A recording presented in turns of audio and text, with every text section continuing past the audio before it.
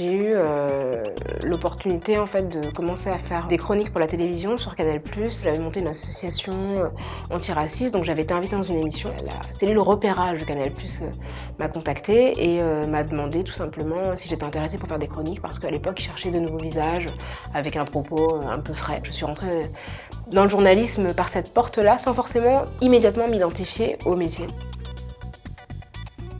Effectivement, je suis engagée, mais j'aime bien dire que militante, ce n'est pas une profession, c'est vraiment un engagement. Il faut penser que les journalistes sont des êtres sociaux, donc ce ne sont pas des gens qui vivent en dehors de la société et en dehors de leur époque, donc qui sont imprégnés de toutes les pesanteurs sociales et donc qui parlent depuis un point de vue. Et je pense que militer, tout en étant journaliste, en faisant un travail honnête, c'est pas incompatible. Mais je crois qu'il y a d'excellents journalistes qui sont engagés. Je pense à Naomi Klein, c'est une journaliste de grande qualité et pour autant, elle a un point de vue dans son travail qui est extrêmement situé.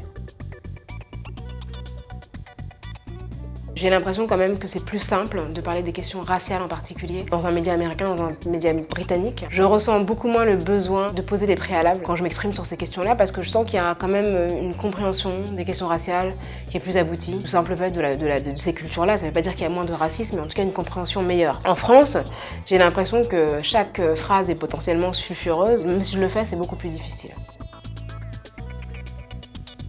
D'une part pour s'informer, c'est un très bon outil d'information. C'est un bon moyen aussi de se connecter avec des actualités, mais aussi avec des personnes. Moi, je vais beaucoup utiliser Twitter pour me connecter avec des militants, des militantes, notamment aux États-Unis. Quand on défend des idées féministes, antiracistes, qui ne se voient pas nécessairement accorder un espace large dans les journaux, dans les médias mainstream, c'est important d'avoir des espaces alternatifs pour les énoncer. Et c'est vrai que moi, les réseaux sociaux m'ont vraiment permis de développer des idées que je n'ai pas forcément l'opportunité de développer de la même manière dans les médias pour lesquels je travaille, qui sont des médias plus traditionnels.